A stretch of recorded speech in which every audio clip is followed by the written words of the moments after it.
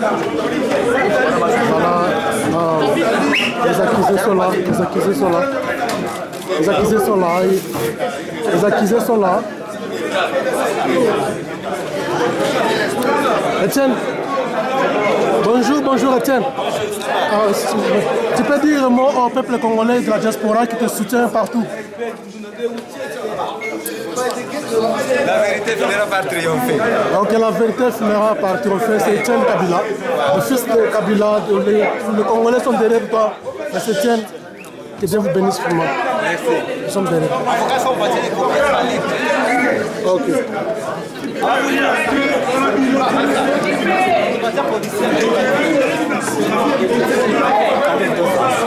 Voilà, voilà nos patriotes qui étaient arrêtés, ils sont là. Voilà Etienne Kabila, le fils aîné de Désiré Kabila, il est là. Les caisses a été rapportées pour le lundi prochain. Voilà les stars du moment. Voilà. Alors Etienne, le peuple congolais et de la diaspora, nous sommes derrière toi. Nous vous soutenons toujours. Vraiment, merci.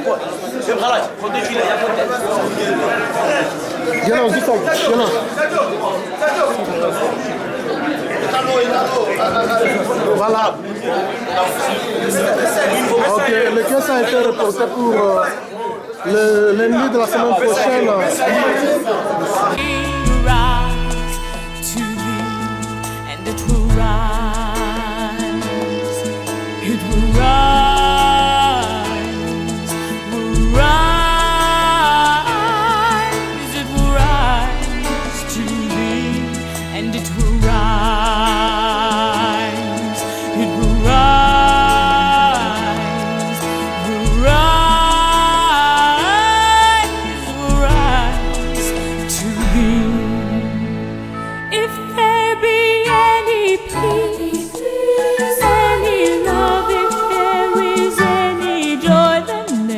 Them rise if there is any good, any just, if there is any grace, then let them rise. If there is any breath, any song, if there is any life, then let We are watching on you.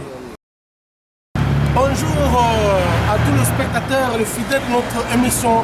L'aide de l'église de l'aumônerie de la diaspora avec le pasteur Salomon Kaninga. Nous sommes ici à l'Afrique du Sud, précisément à Pretoria, devant le parquet général de l'Afrique du Sud, devant là où nous allons assister à la comparution de Etienne Kabila qui fut arrêté depuis le 5 février 2013 avec 19 autres patriotes congolais pour motif présumé préparer un coup d'État contre le régime de Joseph Kabila. Etienne Kabila qui a quitté Kinshasa depuis 2002 et qui depuis un certain moment a passé son temps ici en Afrique du Sud compte tenu de la sécurité. Alors nous allons entrer dans le parquet là-bas à l'intérieur pour assister à nos patriotes qui étaient arrêtés pour le présumé allégation de coup d'État. Mais nous allons parler sur le bilan pour permettre à tout le monde de bien saisir le message. On est aussi dans la bande de sur la diaspora congolaise, aussi dans la bande de sur Bafandi, la Katinamboka. Alors ça m'étonne puisque dans ma connaissance, je pense bien le premier coup d'État, c'est Kabila lui-même, Joseph, qui a fait ça. En 2001, quand il a remplacé Désiré, le deuxième coup d'État, il a fait ça contre M. Mbemba en 2006. Et le dernier coup d'État qu'il vient d'organiser, c'était en 2011. Il a fait ça contre Tshisekedi qui a remporté la victoire aux élections. Mais malgré ça, nous allons entrer dans le parquet à l'intérieur pour assister. Voilà le cortège. Le cortège arrive avec les prisonniers. Le cortège arrive avec les prisonniers. C'est le cortège qui arrive avec les prisonniers. Le cortège qui arrive avec le prisonnier, le patriote qui a été arrêté. Voilà. Voilà, vous allez voir la sécurité vraiment. Une grande sécurité ici. Les patriotes seront bientôt déposés. Vraiment, sécurité au Sakanate. Voilà, une très grande sécurité. Alors ils sont dans l'intérieur de ces véhicules de la police. Alors bientôt on va les faire descendre pour les amener à l'intérieur de la cour du parquet. Voilà, ça ce sont les parages du parquet général Cour suprême de Pretoria, comme vous remarquez là-bas. Ce sont seulement les parages généraux comme vous remarquez avec les statues de Paul Kruger qui fut le premier président sud-africain dans l'histoire. Nous sommes toujours ici devant le parquet général de Pretoria. Alors vous allez voir vraiment un bon nombre de gens qui entrent et qui sortent toujours pour l'affaire de Kabila, Etienne avec les 19 compatriotes congolais. Et tout ça, ce sont des avocats qui arrivent avec le membre de famille. Vous voyez ici, voilà, ils sont tous là. Voilà, ici nous sommes à l'intérieur du parquet général. En attendant que les accusés entrent. Il y a ici un bon nombre de policiers, y compris les Congolais, qui viennent donner leur appui et résistance à nos frères patriotes qui fut arrêté ici, c'est l'intérieur de la cour. Comme vous remarquez là-bas, les policiers sont partout.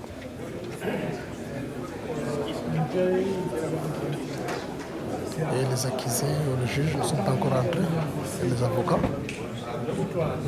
sont à leur attente. Voilà.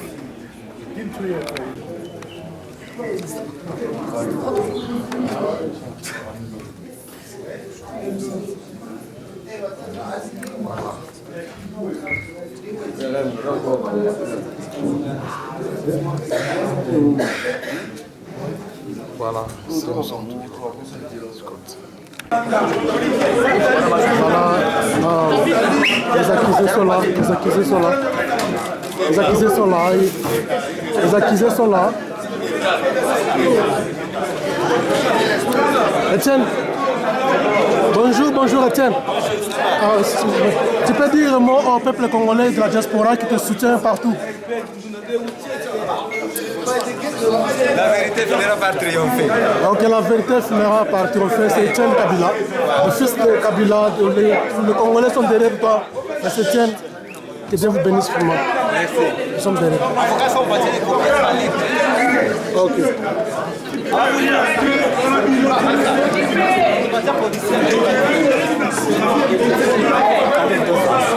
Voilà, voilà nos patriotes qui étaient arrêtés, ils sont là. Voilà Etienne Kabila, le fils aîné de Désiré Kabila, il est là. Les caisses a été rapportées pour le lundi prochain.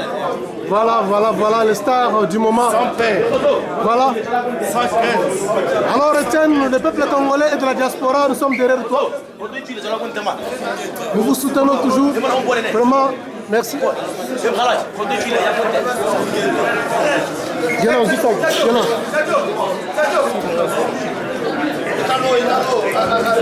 Voilà. Ok, le caisse a été reporté pour le lundi de la semaine prochaine. Voilà. Sorry, voilà, ils sont là.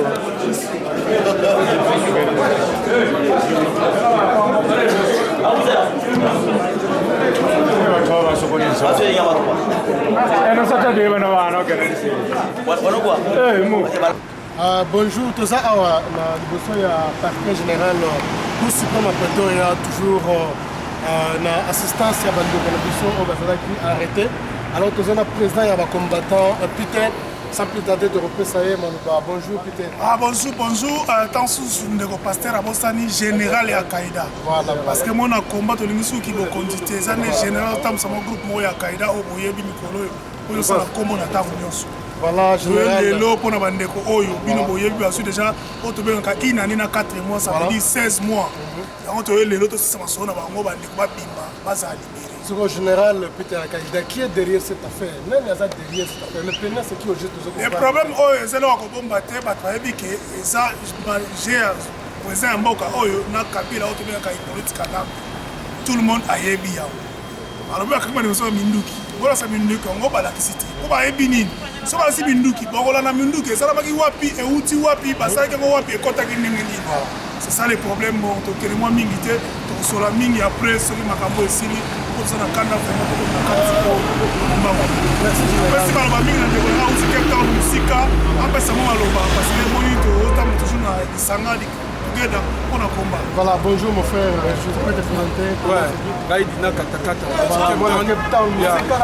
Naye kaka pa procès oyo mpona biki turo mpenza eza ya suka amisa basali 16 mois na kasho eloko bakangami les oyo bana te toloba bien auteur compositeur ya makambo eza Zuma na kanambi kanachien na mwana ndeke donc boyebi makambo osali botika bato babima parce que baza bafamille na bango fo basurvivre donc topesi bino eza ultimatum ya lelo koti to yango ya suka bana mokili mobimba bopesa biso confiance bamasa babima tosepela yango nde tozala match ezali. Voilà, mettre ça bien, bandeko, vraiment c'est déplorable. Bato baza na famille na bango, ils ont des enfants. Na basi, na ndako.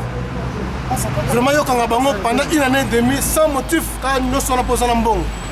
Mais sache-le bien qu'il y a un Dieu qui vit. Zanzamba, c'est suprême.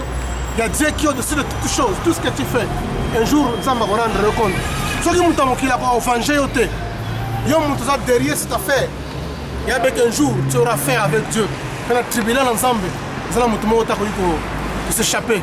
Voilà, ça tout ce que tu peux avoir avec l'argent. C'est la bille à pouvoir. Quand ils savent dépenser un bon, on peut en avoir là-bas.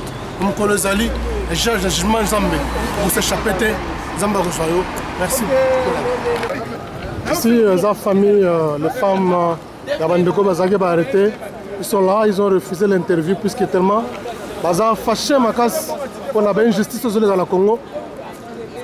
Bonne interview, tout à ce moment-là, ceux qui vont le bien, vraiment, prochainement, vous aurez la chance de les écouter. Voilà, la famille Nangouizawana, vraiment, privée de leur mari, privée des enfants pendant une année et demie. Il faut être un diable, il faut être un démon.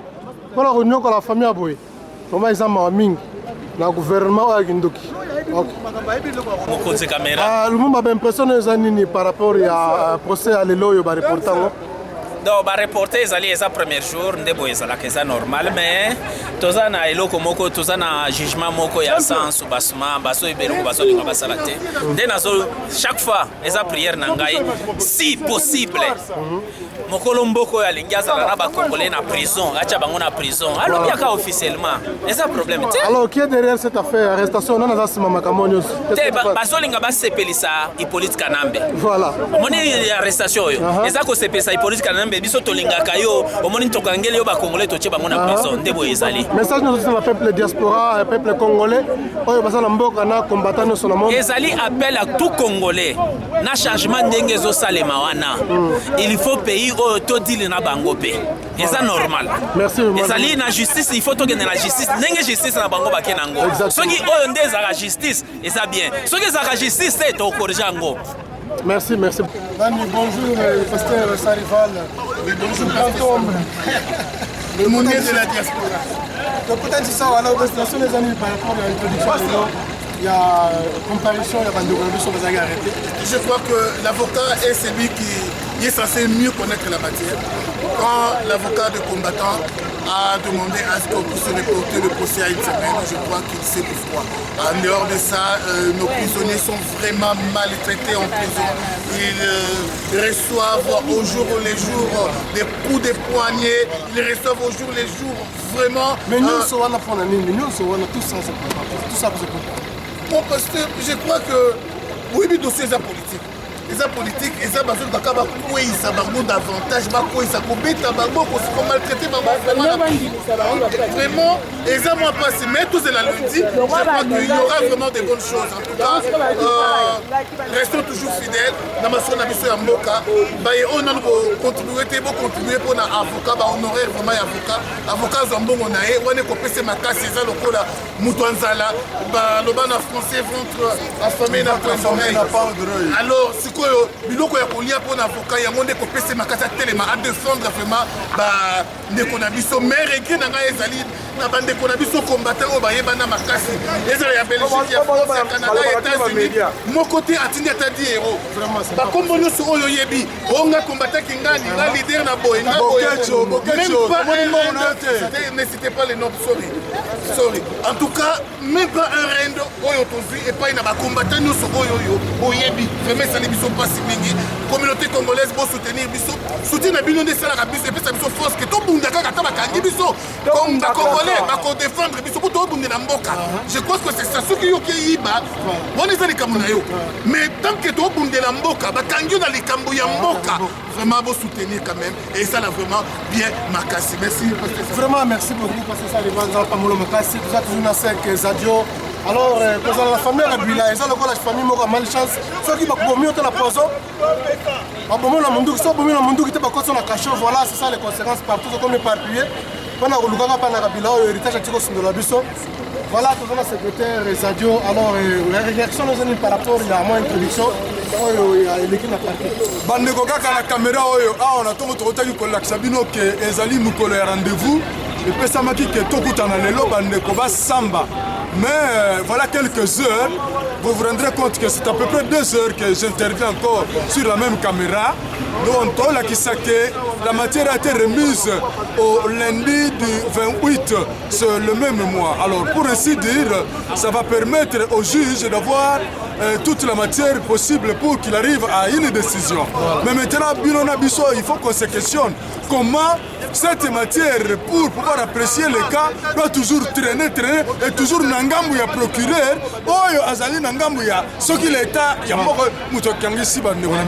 des choses comme ça sont floues. Mais de toutes les façons, l'innocence est toujours l'innocence. Ça finira toujours par mettre la chose à l'émergence. Bandeko, Bakobima, Basana Bango le côté, Mokil Mobima, Ebi Yango. De toutes les façons, toi là, c'est là donc Babima, Bakot Sabango, na mituka d'escorte, Boy Bomoni, mituka blende wana.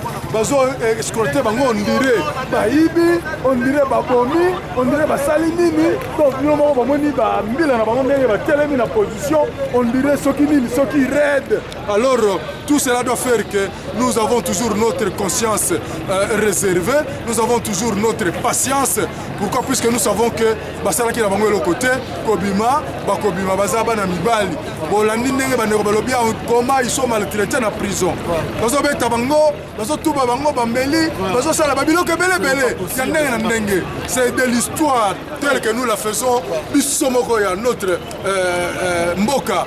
Donc, Biloko Noso Ezola qui sait combien les combattants ont résisté na pouvoir du mal au Evandi na Congo partout na Mokil Mobimba soki bato ya mboka bakangami soki wapi le gouvernement des états intervenaka mais botala oyo biso ezokangisa biso nde ezokomisa makambo dire davantage mais nzambe likolo aza nzambe ya peuple du Congo nzambe likolo aza peuple aza nzambe ya mabele ya Congo bakotika biso te nzambe ta force pasteur Samuel c'est un peu ça en tout cas pasteur Salomon plutôt c'est un peu ça ma dernière intervention sur votre caméra. Nous espérons que les frères auront toujours l'information. Merci. Merci.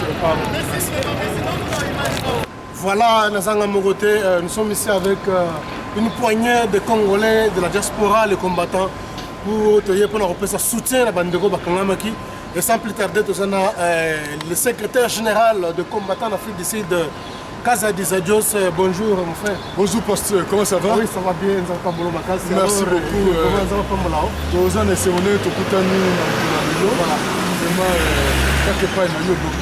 Quelles sont les bonnes nouvelles? Les nouvelles ne sont pas bonnes, puisque dans le moment où tout le monde bandeko na biso basusu bakangami baza na kati bamosusu toya libanda busy up and down ya comment bakorejoindre biso libanda awa.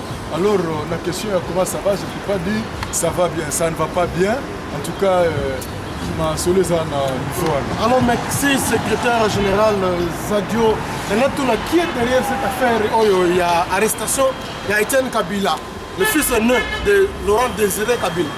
Ok. Alors, il est complet. Qui est derrière cette affaire? Tu dois comprendre qui le plaignant, c'est qui? Le plaignant, c'est un fond du banc. Oui, pasteur, moi je ne vais pas commencer par juste l'unique nom de Etienne Kabila comme si il était seul.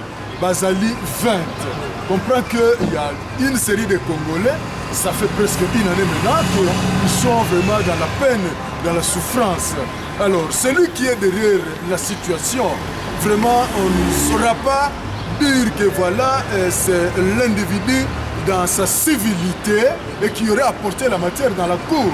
Donc ça, ce sont des monstres qui ont porté toutes les formes des cornes. Donc on a fait ça d'une matière politique, État à État. Et imaginez-vous, on a mis le frère dans une situation aussi compliquée, et bien ces cadres-là.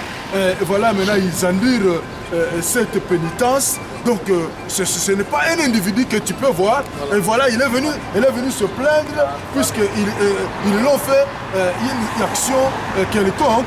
Mais c'est vraiment une affaire très bizarre, très compliquée, très sophistiquée, hors la volonté des hommes libres que vous êtes, que je suis. Voilà. Alors le procès prendra combien de temps? Ce sera une procédure de procès ou bien sera seulement une seule séance? Ok, je vais vous faire voir d'abord faire voir aussi à la face du monde qu'on a transféré la matière.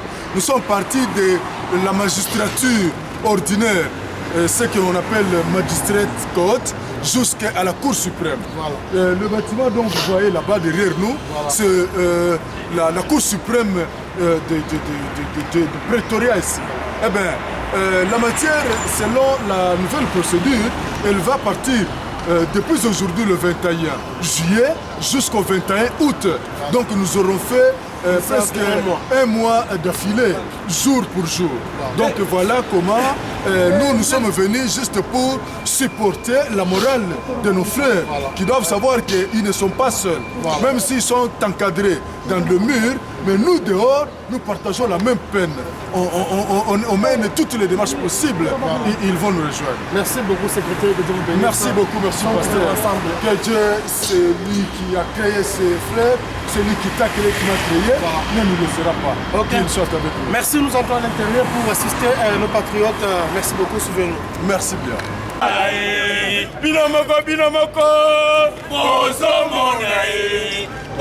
Voilà, nous sommes ici, le cours, disons, voilà, le procès a été reporté pour le lundi de la semaine prochaine, le 28, compte tenu de certaines raisons d'investigation. Après, nous allons rentrer encore ici le lundi de la semaine prochaine, libérer Batou. Voilà, ici, ce sont des Congolais qui sont venus donner leur soutien aux arrêteurs, montrer toujours l'amour patriotique. Voilà. Ok, voilà. Voilà, ici, Touti, Nakatakot, comme toujours, premier contact, on donne seulement une petite introduction justement pour signaler que donc, ça a reporté pour le lundi de la semaine prochaine, le 28 aux soir à 10h30, pour soutenir le 20 combattants. 20 amis patriotes qui étaient arrêtés pour des motifs qui n'ont pas vraiment d'évidence. Alors, nous sommes toujours ici devant la côte. Je pense que tout le monde, une grande famille des enfants du pays sont pour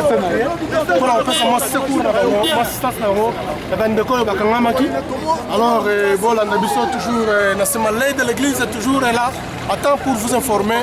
Voilà.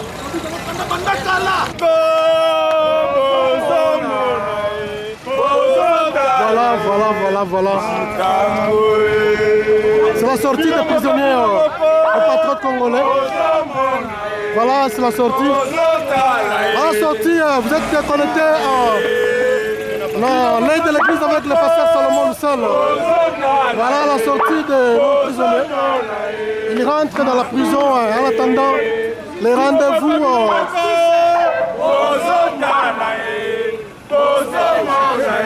Salata.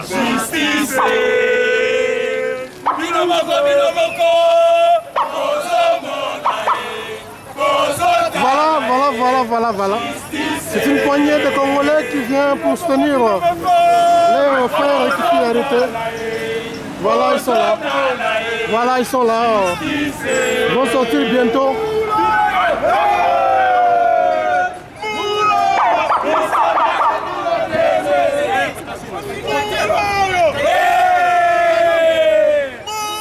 Voilà.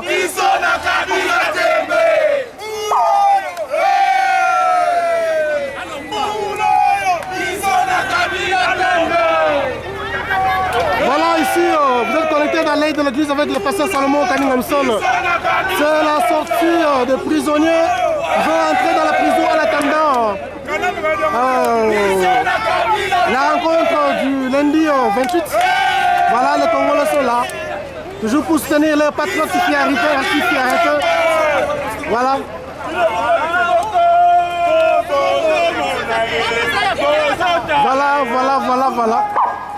Voilà, vraiment, tout ça, c'est une grande famille de Congolais qui sont venus soutenir. Voilà, ils sont là. Ils sont juste à l'intérieur de ce track ici de la police. Dans la Katiawa. Qui a besoin de prisonniers, dans la Katiawa, dans la région, c'est la prison générale, dans le centre correctionnel. En attendant, parquet.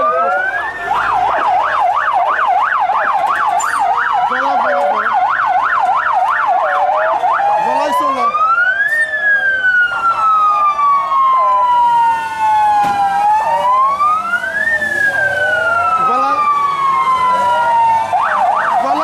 Voilà.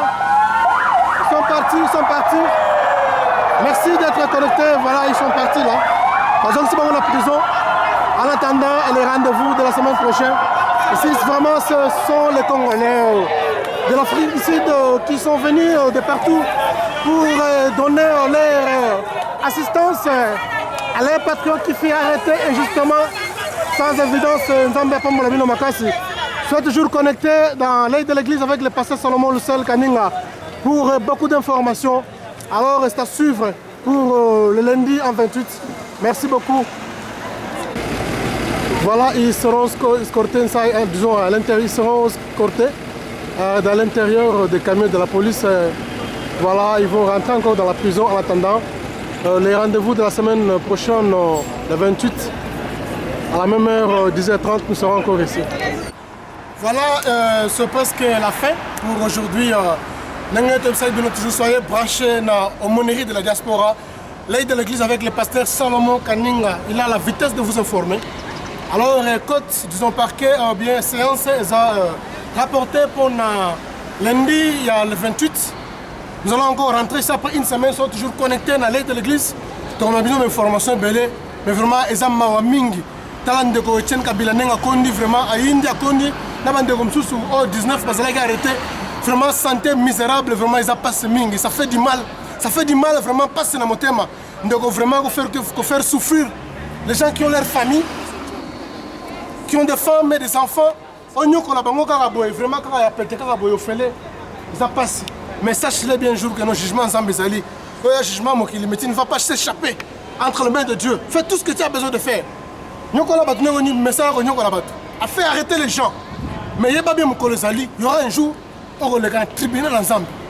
Qui m'a le tribunal ensemble, on va tribunal ensemble.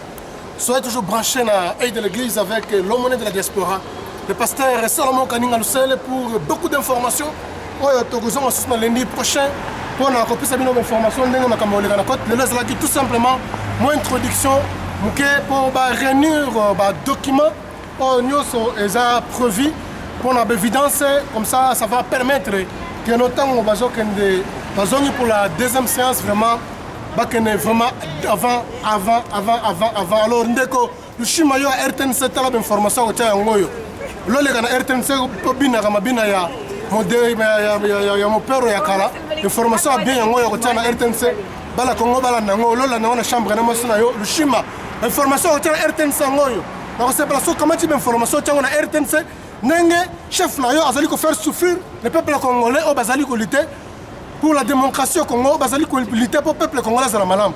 Tu as information na RTNC na sepelo makasi vraiment mbote na basite nyonso Voice of Congo, Congo Synthèse 243 nous les combattants.com Télé24 Zama pas mon labino makasi vraiment tout rasima.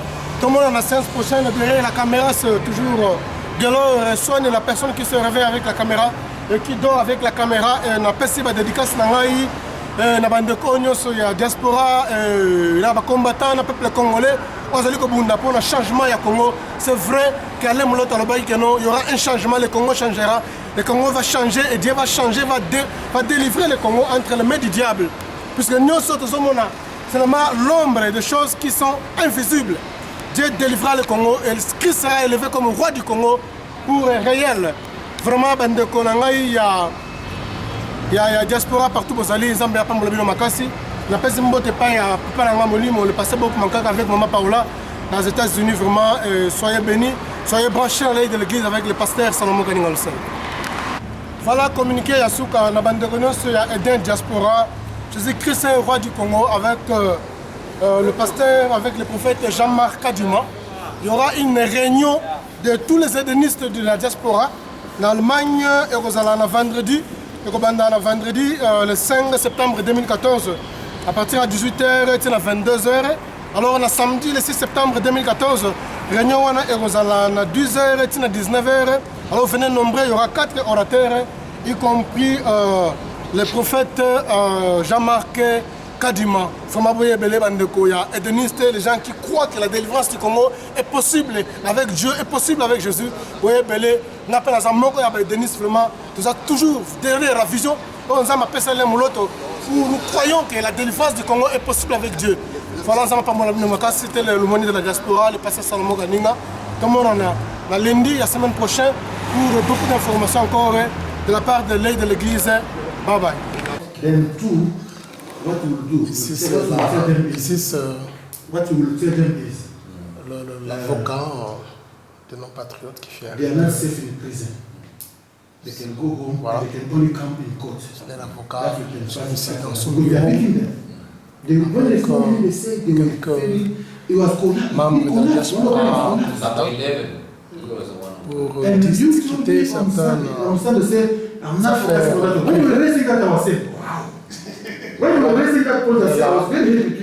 L'avocat sud-africain. Il est tellement fort et nous avons beaucoup d'expérience que nos frères seront libérés bientôt. Compte tenu de son expérience. Voilà, le peuple de la diaspora. Voilà. Comme l'avocat dit, I'll do my best, je vais faire de mon mieux pour faire quelque chose. See what I'm going to do. Thank you, sir. We don't want to take a lot of time. We put the photos in right there. Thank you. We'll let you know, sir. As we see pushing. As long as you're happy. Okay. Now we are here. Thank you, sir. Thank you. Merci na Nzambe parce que loya na biso a manipuler bango donc a commander côté ya lelo. A commander on a sens nini loya lobi na biso na côté ozaki surpris. Biso stoki na côté que ba master bazaki abuse. Bango obeta bakindisaki bango bazobeta bango na prison. Yango moni loya lobi te il faut pas faire une investigation ya koyeba pourquoi bazobeta bato master na biso. Yango tokozonga sous lundi ozoya après lundi wana nde sur loya a 5 ans le procureur siko alobi boy atuni juge atuni procureur parce que lundi investigation non sur aussi là il y a habité problème exacté lundi aussi là alors tous on a chance mingi que tellement que agression comme une prison ils ont senga que ba master na biso chance mingi za pena lundi tous on a ba libanda donc yango na esongo to tiko kuna pe to basi na bango ba sepeli na bosanga pe merci mingi na bato so batini bambongo général Peter a repris Sabino Makamambongo ndenge ezali donc côté le qui kitoko mingi pour victoire na ça. Merci beaucoup général Peter. Bande konos bozo na na mona te bonjour na konos bozali na pesi bino mbote. Avana pesa bino compte tirani ya mbongo na komeka ko peko rat. Sabino compte tirani ya mbongo na komeka ko rattraper mon kena ma message on ko Sami Boyoko apesi bandeko bazalaki na kasho basoda ya mboka oyo bazalaka na kasho bayaki mpona basala investigation mpona batelefone ekotaka na kati na baarme blanche neti bambeli banini ntango bayaki baluki biloko wana bamoni te mais ezalaki façon batindaki bango mpo baotire bandeko na biso babetaki ndeko oyo tobengi pati mbangu babetaki ye azoki alors bandeko barevandikaki mpo basilikaki bafikaki basoda wana ntango basoda babimi bakei lobi baye na groupe ya tactique ya prison na bamatrake na biloko kidikidi babetaki bandeko nyonso mpona kotortire bango parce que bayebi ke karate bandeko bazobima yalo tortire wana elekaki makasi ndeko butu akweyaki evani yango lelo loya alobi ke fo balandi makambo wana avant bakota na procès normal yango lelo cote mpona lelo esuki wana tokozonga lendi oyo ekozonga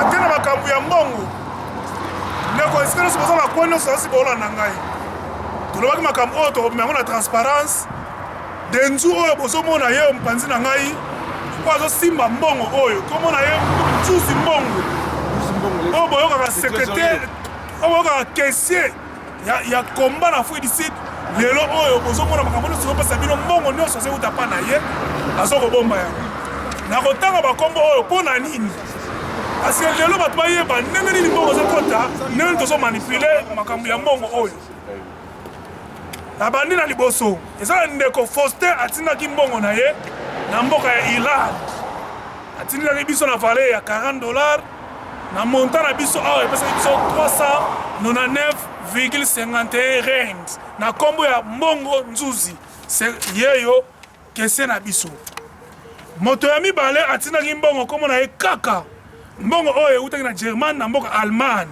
atindaki $65,18 na mboka na biso na mbongo na biso epesaki 649,94 atindaki mbongo oyo na kombo ya nzuzi mbongo ekomelaki biso moto ya misatu atindaki mbongo na Canada mama Yvette atindaki montant ya $44,50 esali biso mbongo na biso ya mboka oyo 443,73 ren na nkombo ya nzuzi mbongo oyo azali kesiere ya Afrique du Sud oyo azosimba mbongo akomelaki biso yango nazoleka nake lisusu na mboka Irlande ndeko Gilles na Irlande mbongo no ekomelaki biso $52,17 ekomelaki biso na valeur ya mbongo na biso esali biso 520,21 na kombo ya mbongo nzuzi kesiere ekomelaki biso tozalaki yango nakei lisusu na ndeko Jérémie mbongo euti na États-Unis mosika mboka mosika ndeko asali sacrifice atilaki biso $100 ekomelaki biso na valeur ya 1002,98 na kombo ya mbongo nzuzi kese na biso ekomelaki biso moto ya suka awa atindaki mbongo na États-Unis kombo na ye Solange mama Solange nzambe apambola bino bisika bozali na bandeko oyo tu bozotinda mbongo na bino atindaki biso $100 na valeur ya mboka oyo ntango bandeko bakende kozwa yango esalaki biso 997,98 na kombo toujours ya mbongo nzuzi kese na biso ekomelaki biso bandeko oyo bozotindela biso mbongo nasilisi te tozala po moke awa bandeko botinda mbongo ekozala mingi botinda mbongo na Western Union eza facile mpe komela biso ntango botinda mbongo na Manigram ezokomplike biso aza bandeko mibale batindaki mbongo na bango ekomelaki biso me jusqu'à minana tozwi yango te ndeko Francine na Canada merci mama na biso mbongo na yo $50 ekomelaki biso maintenant tozwi yango mpo Manigram ezokomplike mwa makambo moke me tokozwa yango toza na bolingo merci beaucoup esika ozala ndeko Sophie mbongo na yo ekomeli biso awa na mboka oyo na Paris ekomeli biso na valeur ya $79 oyo esali biso 956 ren maintenant tozwi yango te compte tenu ke mbongo oyo eyaki na nzela ya Manigram mwa compensation moke ezali na tozwi yango te bazala kolima tokozwa yango bandeko olanda ngai bien azali membre ya RCK na kati ya Afrique du Sud nakobana na RCK Général Ngando oza na Londres toyebi ke bolobaka ke ndenge komba ebanda toyebi ozali parmi bato babanda komba tomoni cotisation ya RCKT oyo euti Londres na nzela na bino nakoleka na lombango mingi nakei na France. Martin Sali ozali coordinateur na RCK na France. Jusqu'à maintenant tomoni cotisation na bino te. Nakoleka na BPK Kazadi na bandeko baza kuna jusqu'à maintenant tomoni cotisation na bino te. Contribution na bino te. Na quel sous à Pareko ozali parmi a parti politique ya mboka. Tomoni cotisation na bino te esika bozali bosangisa mbongo na bino ekomela biso. Nazongi na Londres mukendi oza makasi na kopela suspension tisko oyo cotisation na yo nano ekomi te. Letisa na yebi kende oyo na bikomo ya mukendi yo ozala ye pembeni mbongo na bino ekoma mpona bandeko babima na kasho. Na sote lisusu maître d'honneur mbongo na yo nano ekomi te na bandeko nyonso oyo bosangisaka mbongo nano ekomi te. Nakena nous les combattants de charger qui ndeko Anderson. Jusqu'à maintenant, tout le monde signe était pour la mandeko oyo pour procéder dans le procès de Kenya yango. Mbongo avocat sélection de compte même na $10,000 te pour mbongo za ebele. Nakena bana basi aniki Congo, osama kasi na osoza na Facebook. Mais mbongo na yo na bandeko za na bango na tomoni yango te. Tozela yango. Susu Kibilu, tozela mbongo na bino ekomela biso.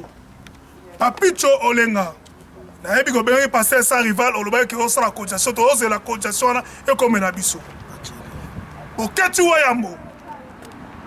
Cotisation na yo na ne comité tozela cotisation na yo ekoma po biso to bomisa bandeko wana. Eso tozolo ba makambo eteke congolais et notre congolais nyonso faut contribuer pour bandeko babima. Eso cotisation na le comité pour le lot bandeko babima libanda odombo sangisa bandeko nyonso basala na parcours tozala na poste ya cotisation na bino babe masombo sangisa bandeko nyonso tozala na poste ya mbongo na bino bafourmi rouge na Canada mbongo na bino e comité oyo ezali boyebi ke général ya Kaida na kata Chobu ne nazoyebisa bino ndenge masolo ezokendela na bandeko nyonso bozali awa na kosukisa mokie bandeko na ngai Chatumba aza combattant te. Chatumba aza na droit kozwa des hommes côté likolo ya ndeko eso likolo ya ndeko Boketu likolo ya ndeko Odombo biso ba combattant sur nos décisions ezali biso soki tokata bandeko na biso mutu ekotala biso soki tokoboma bango ekotala biso nayebi yo Chatumba keba koyona ba disation te na kata komba oyo komba oyo eza ya yo te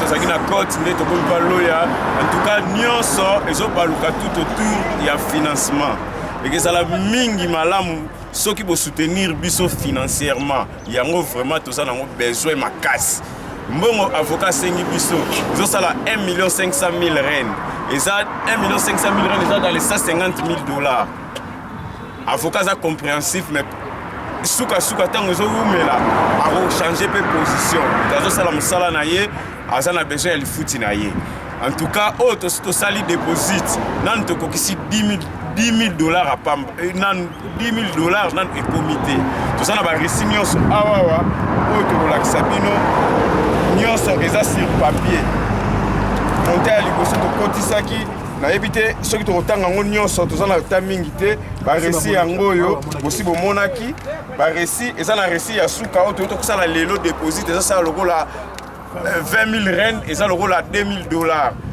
mais mbongo eza moke zala na susi ya ndeko na yo congolais biso nyonso bacongolais tinda oyo nyonso ya moke yo oza nango oyo yo moni ekokoka mpona kosoutenir bandeko vraiment sala yango mpona bolingo ya mboka merci.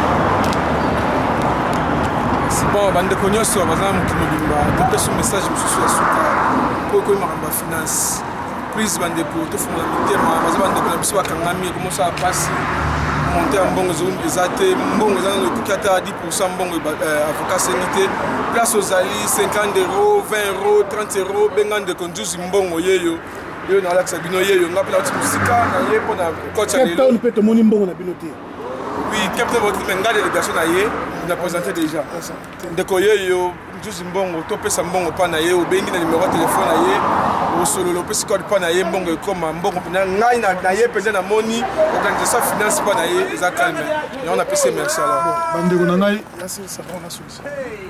bandeko na ngai towana kanda nga particulièrement na kanda komona makambo eleka na bafacebook ya kofinga na bozofinga na bafacebook wana basuspension na basuspension tomoni mbongo te boza bato mabe bozali bato mabe mitema likundu soki ezalaki biso moko na joburawa te kolobaka biso awa nde lelo oyo bandeko nyonso bana prison bozali mitema mabe mpona komona ye lisusu na facebook oye na bozoloba o na suspendre motu boye yo nasali boye nga soki oye na johannesburg awa okozwa mbano na yo bozali bandoki boza mitema mabe nalobi na bino nyonso à l'exception de personne okoleka liboso osuspendre motu songolo mbongo otindaka te otindaka mbongo te oza motema mabe motema mabe taka basuspension yo nani ozosuspendre bato ya komba yo nani ozosuspendre bato na komba yo tiaki bato ya komba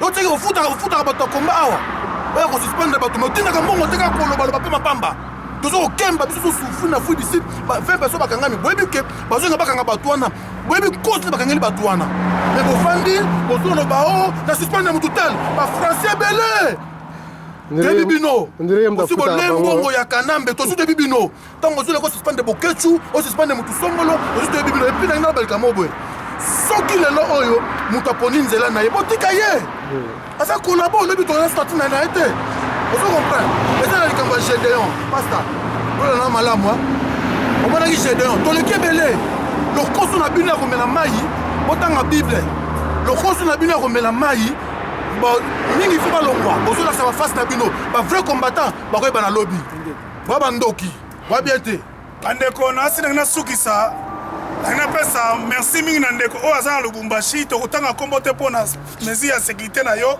oyo atindaka contribution na ye ekala mpo na bandeko bakangami botala bandeko na lubumbashi moto andimi kotinda mbongo na lubumbashi mpo na bandeko oyo bakangami awa eza mpe na différence yo mpe na congo yo mpe na kine okoki kotinda mbongo en tout cas ndeko tozosenga mbongo mpo tona posa ya mbongo tona eloko koloba te tona posa ya mbongo na yo ekoma ndeko itashi na canada ti siko tomoni mbongo na bino te toza na posa ya mbongo sans rival yeyo tozwi bafélicitation sans rival ayel to lelo toréussir toganye victoire tala sans rival aloba me mawa eza kaka ke bozosala eloko te boza bien te bandeko nanga bodecevoir biso parce sans rival alobi nini par rapport a bandeko balingi kotina mbongo te kaka bacommentaire na facebook kaka basuspension tosuspendre ntel on dirait bafutaka D'abord, merci na bato nyonso basalaki promesse non réalisée. Vraiment, autant mieux que tout ça la promesse c'était que aussi la promesse au kokisi ya moté. Vraiment, nous insistons encore une fois, vraiment, revenez vraiment à la raison. Nous avons besoin de vos 10 euros, de vos 20 euros, 50, 100 euros. Vraiment, et pour aider biso makasi po na mboka, tozo bunde na mboka. Vraiment, bolimbisi mingi ndeko nanga, vraiment bolimbisi mingi. Zamba chakat na yo motema mawa, tala ba 20 combattants ba souffrir. 2 ans yango bazoke na 2 ans. De kotoza na motema mawa.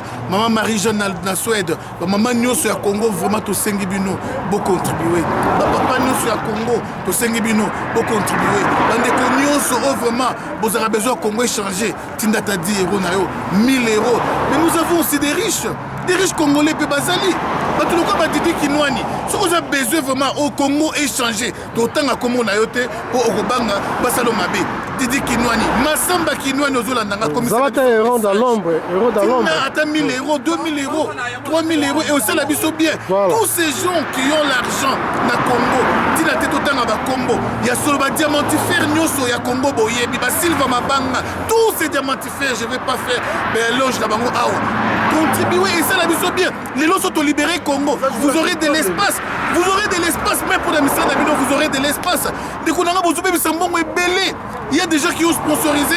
Faites il y a Jibin Piana. Il y a moi na Jibin Piana. Diplôme d'État. Mbongo et Belé. Vous la faites à moi na Jibin Piana. Pardon? Et ça, vraiment, c'est pas possible. Bah, tout le monde sponsorisé, voyage à Werason pour Nakende Ko Yamamona Naya Sisi classe. Mais nous, on se bat pour les Congos. Nous avons besoin de voir notre grand Congo et ils allaient libérer. Vous avez vraiment retourné. Mukongo, Namaso Nabiso, vraiment un combat. Encore une fois, merci. Vraiment, nous ne voulons pas qu'on soit divisés. Tous les combattants soyons unis. Quelque part, ceux qui, au Tamboussama qui m'abe, Maloboloba qui zaki m'abe, les cas Senga, pardon, Toki Nebiso Sona, ligne droite. Vraiment, Ekosa Labiso, bien mingi. On n'encourage personne et on décourage personne. Nous voulons tous être unis. Tous ceux qui divisent les combats, Kolobayango na vidéo, on a vu qu'ils ont divisé les combats. Tika Yango. Tous à la biso sur INI. Merci à Jubeka Musique Média, Medina Maman na Béniciel. Merci vraiment. Nabinono sur le Sundaka. Amiral Teams encore une fois vraiment. Et aussi la biso bien. Nabimisi vraiment liste de boy. Totami pe combo ya. Combo na yo. Et aussi la biso vraiment bien makasi. Donc comme il a souka vraiment. Donc comme il a souka. Na ye pena pona Pacheli. Pachelo benginga yo lobi na nga le salité. Na komi na Facebook répondre tende konangai. Pacheli Mikobi. Please. Tout ça. We are watching on you. Émission live de l'église. Émission live de l'église. Émission live de l'église. Olingi, interview, émission, publicité et autre chose, rien, nulle part ailleurs qu'au Zaparate, qu'au gauche, droite, au Mokilimo Bimba, Baye Bayo. Congo, Afrique, Europe, tous les 5 continents, monde entier, Baye Bayo, suivez l'émission L'œil de l'église. Belle Bicha, oui, après Toriania, c'est le leader, oui, l'aumônier de la diaspora congolaise, le pasteur Salomon Kanga Luxel, oui, Solo. Le numéro est affiché sur vos petits écrans, c'est vrai. Vous voulez les belles images d'écho, le banana belle biche solo, mon abbé, pasteur Salomon Luxel. Alors, je crois que le numéro est affiché au bas de vos petits écrans. Après Toria, il n'y a qu'un seul leader, Mibalete, Misatute, belle biche. Ah, quand on est au Lobara, toujours, tout zaparate, tout tchaka makele était donc Kimio Kota Namboka, quoi, donc émission et Saraka Moko, l'œil de l'église, avec votre humble servant, le pasteur Salomon Kaninga Luxe Mokilimo Bimba et Bayo, et Monayo, et Mona, l'exaba émission, publicité, interview partout, contactez le pasteur Azaraka Mok, l'aumônier de la diaspora congolaise. Suivez tous l'émission L'œil de l'église. Encore une fois l'émission L'œil de l'église. Tout ça, nous sommes dans l'émission L'œil de l'église ensemble dans les taux. We are watching you. We are watching you. We are watching you. Pastor Salomon. We are watching on you. Rise to thee, and it will rise. It will rise. Will rise.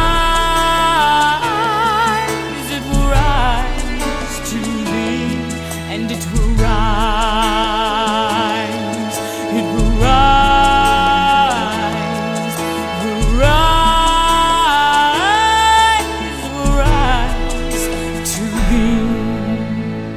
If there be any peace, any love, if there is any joy, then let them rise. If there is any good, any just, if there is any grace, then let them rise. If there is any breath, any song, if there is any life, then let We are watching on you.